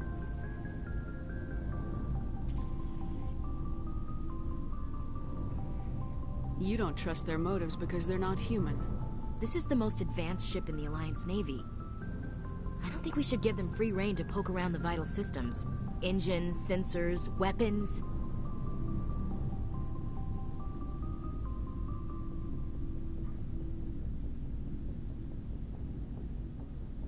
You don't trust the Alliance's allies?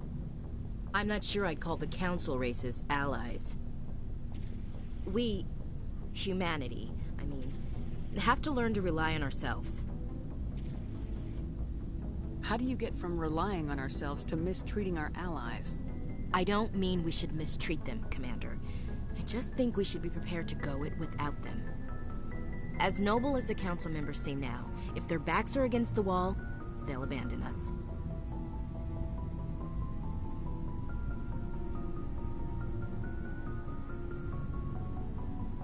You got a pessimistic view of the universe, Williams. A pessimist is what an optimist calls a realist. Look, if you're fighting a bear and the only way for you to survive is to sick your dog on it and run, you'll do it. As much as you love your dog, it isn't human. It's not racism, not really. Members of their species will always be more important to them than humans are. This is an Alliance warship, not the Parliament floor. If you're Earth first, vote for the Terra Firma Party. Terra Firma is a pack of jackals. The founders had ideals. These days they just play off xenophobia and bigotry. I hope my reasons are more rational. My father, grandfather, great-grandmother, they all picked up a rifle and swore the oath of service. I guess we just tend to think of Earth's interests as our own.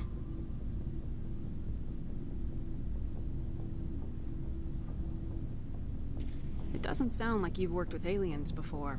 No, ma'am. Mainly I've been groundside, part of the surface garrison forces. I did get a rotation on a space station for training.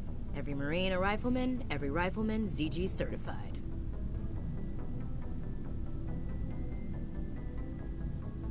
That's odd. Your record is spotless and your technical scores are exemplary. You should be serving with the fleet. Anyway, that's why I haven't served with many aliens, Commander. I never knew my family. Grew up an orphan on Earth. Anybody in your family I'd have heard of? Couldn't say, Commander. So why are you out here? Just trying to get away from Earth? No. The future of humanity is out here. There's so much we haven't seen yet. Yeah. I still remember my first field exercise on Titan. When we hit mud, the reality hit me. I'm the first person who ever stood here. Then my drill instructor kicked me in the ass. I went face first into the muck. He spent the next 5 minutes chewing me out for gold breaking. Don't tell me you had Gunny Ellison. He's the only one who uses that word to describe shirking duty. Oh, Lord. You went to the Makapog boot camp, too? That's such a sweet little, like, Gunny Ellison's still side reaming out moment. recruits down there. Kicking ass and using words like inveigle and pusillanimous. Alright, I can see where your concerns are coming from, Williams. But this is a multilateral mission. You're gonna have to work with aliens, like it or not. It won't be a problem, Commander. You say jump, I say how high. You tell me to kiss a Turian, I'll ask which cheek. I'm glad there won't be a problem. Anything else you need, Commander? Dismissed, Chief. Ma'am.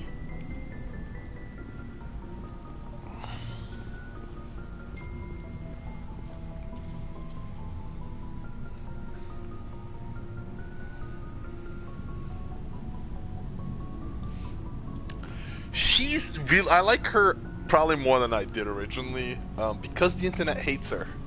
The internet is really focused on her being like space racist.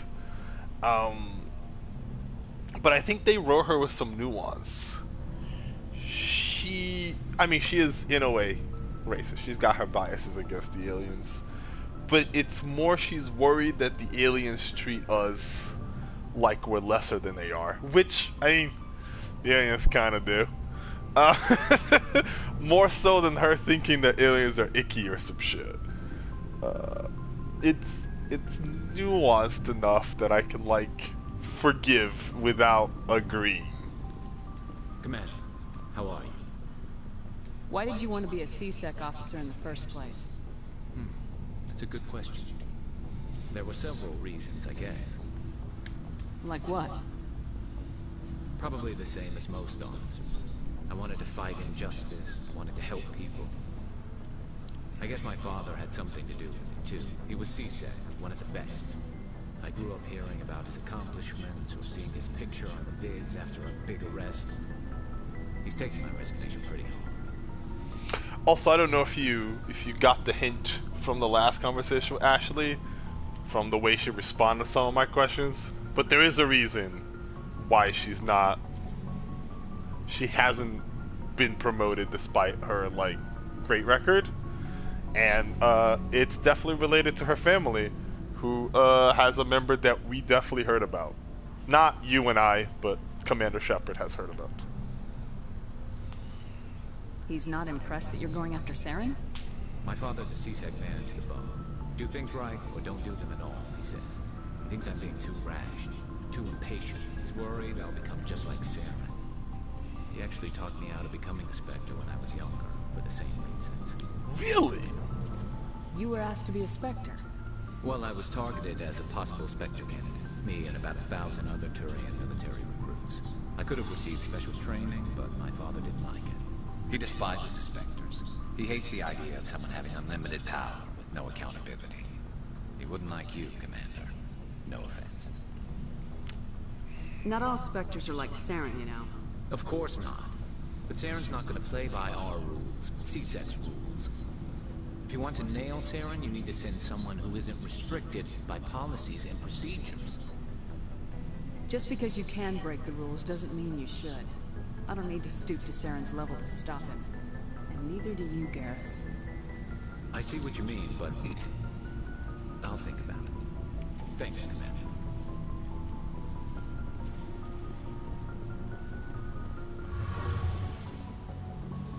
She probably has less to say this time because we talked a lot last time. Oh, hello, Shepard.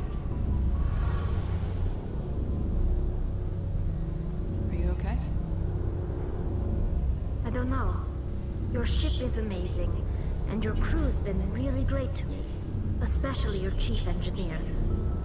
But I just sort of feel out of place. The Normandy runs so smooth it feels like we're not even moving. And the engines are so quiet. How do you sleep at night? The silence wakes you up? Back on the flotilla, the last thing you want to hear is silence. It means an engine's died or an air filter shut down. I guess you don't have to worry about that here. But old habits die hard. But it's more than just a silence. This ship feels so empty. It's like half the crew is missing. Back home, I couldn't wait to go on my pilgrimage. I couldn't wait to get away from the crowds. Now that I'm out here, I kind of miss them. Sounds like the pilgrimage isn't just about finding resources for the fleet. Maybe it's about teaching you to appreciate your people and culture. You're probably right. We Quarians spend our whole lives traveling. But really, we never leave home. The pilgrimage has given me a whole new perspective on our culture. You know, there's always a few who go on their pilgrimages and never return. I always assumed something bad happened to them. But maybe they just wanted a different life. You do plan to return to the migrant fleet, right? I could never abandon my people, Shepard. I will go back eventually. But we have to stop Saren first. Otherwise, I might not have a home to go back to. We can listen to some of our conversation again if you don't want to go back and watch. Or I can move on. It's up to you.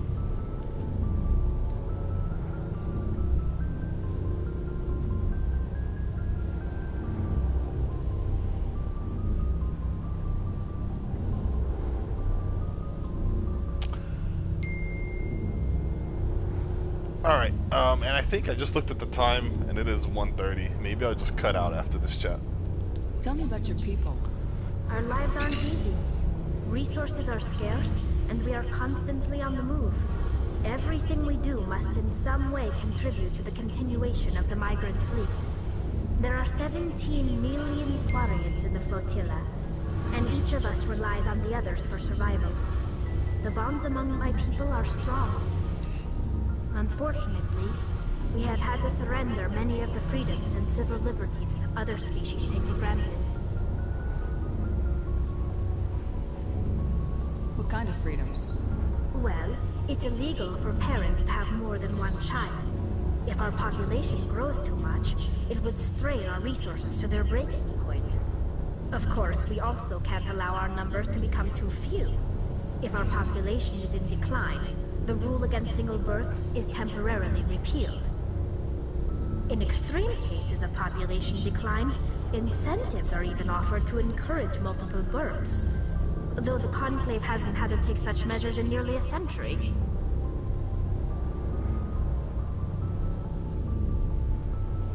That's your government. The Conclave is our civilian branch of government. Each ship can elect a representative to serve on the Conclave and make decisions that affect the fleet as a whole. On matters that affect an individual ship, however, the captain has the final say. It's a tradition that dates back to the early days, when the fleet was governed by martial law. Fortunately, most captains nowadays are smart enough to have an elected council from their crew to give them advice and guidance. So the ultimate power rests with elected officials? In practice, the Conclave and the respective council for each ship tend to set the rules that govern our daily lives. But in theory, we are still under military jurisdiction. The 5 top-ranking military officials in the fleet serve on the Admiralty Board. These 5 have the power to overrule any decision by the Conclave in case of emergency. To do so requires unanimous agreement among the Admiralty, and they can only do this once. After that, the entire board must resign their posts. It's a safeguard that served us well. In nearly 3 centuries, the Admiralty Board has only overruled the Conclave 4 times.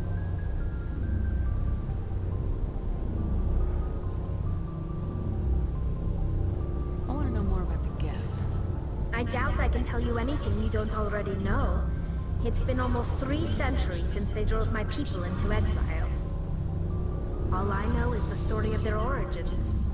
What they were when we created them, and how they turned on us. Interesting. The Geth were originally created to serve as an automated manual labor force. Initially, their intelligence was as limited as any VI. Over time, we made small modifications to their programming to allow them to perform more varied and complex tasks, bringing them closer and closer to true AI status. How come the Council didn't step in and stop you? This wasn't true AI research. We may have been skirting the bounds of the law, but we never did anything that was actually illegal. The changes were so insignificant, so gradual, that we were able to control them. Or so we thought. But one thing we underestimated was the power of the neural network. A million Geth thinking simultaneously created an inherently unstable matrix. So the Geth share brain power? Many of the Geth's logic systems were designed to work in concert with other nearby Geth. Basically, the more of them you have in a group, the smarter they are. So there's some sort of group consciousness? No, nothing like that. They cannot share sensory data or information. Their programming cannot handle that much simultaneous input. Each Geth maintains an individual awareness and identity. The neural network only operates on a process-based level. It's basically the synthetic equivalent of a subconscious.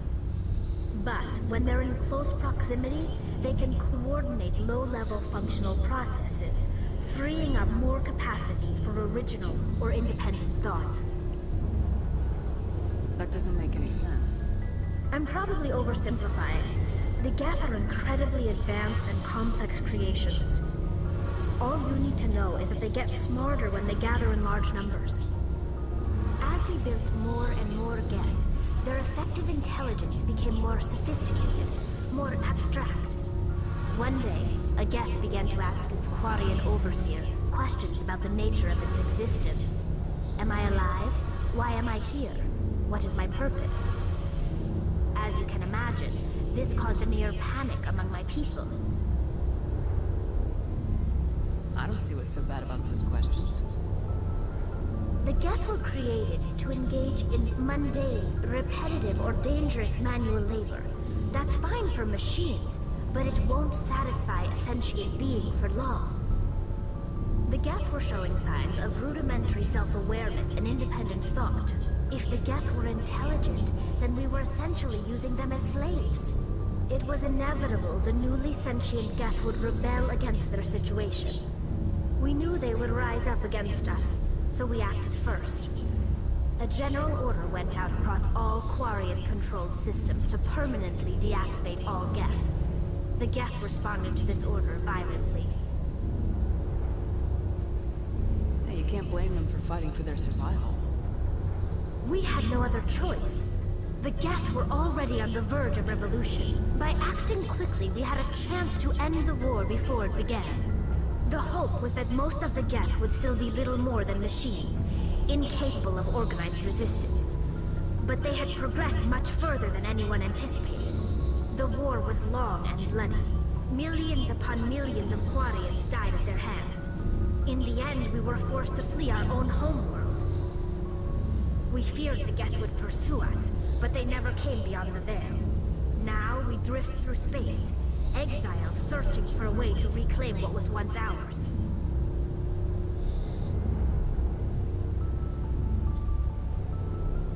You got what you deserved. We made a mistake when we created the Geth in the first place, but we did not make a mistake when we went to war against them. If we had not acted, they would have wiped us out. They're a synthetic life form. They have no use for organics. None. Why do you think they cut themselves off from the rest of the galaxy? Why do you think they've killed every organic being who's ever tried to contact them?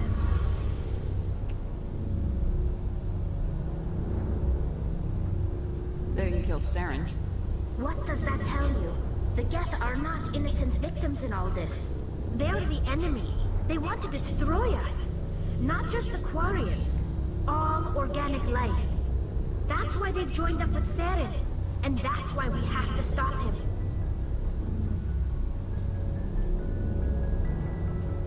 I want to know more about the pilgrimage.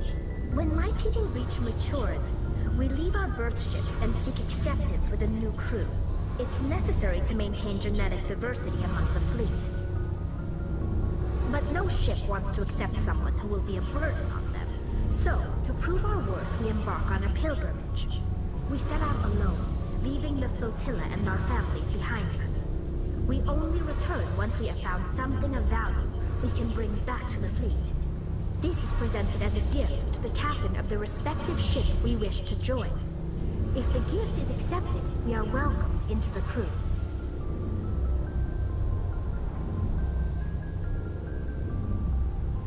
Can a captain choose to reject the gift? That doesn't happen often. Most captains are eager to increase the size of their crew. It increases their own standing in our society. Even when the gift is not particularly valuable, the captain usually accepts it out of a sense of tradition.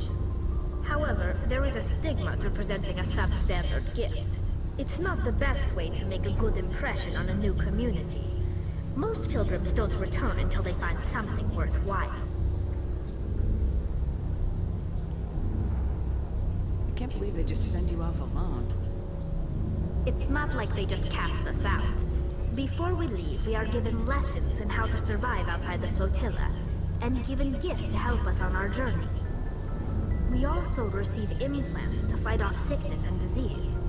Generations of living in an isolated and highly controlled environment have left our immune systems weaker than most. By the time we leave the fleet, we are well equipped for the pilgrimage. This is a rite of passage for all Quarians. If it were dangerous, our numbers would suffer.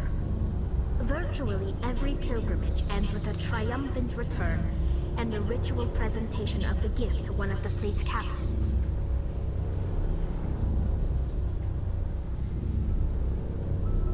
I want to talk about something else. Like what? Alright, that's it. I should go. The last thing I want to do before I go is, well, I guess I gotta level up real quick.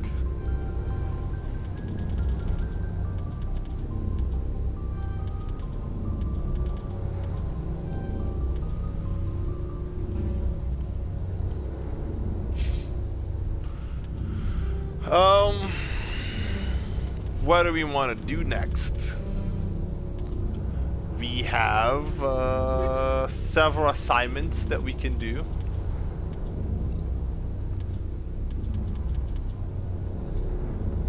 We can do several of our little side jobs, or we can do one of the main missions that we have, either the Geth attack, Geth interest in Noveria, or the Geth attack in Pharaohs.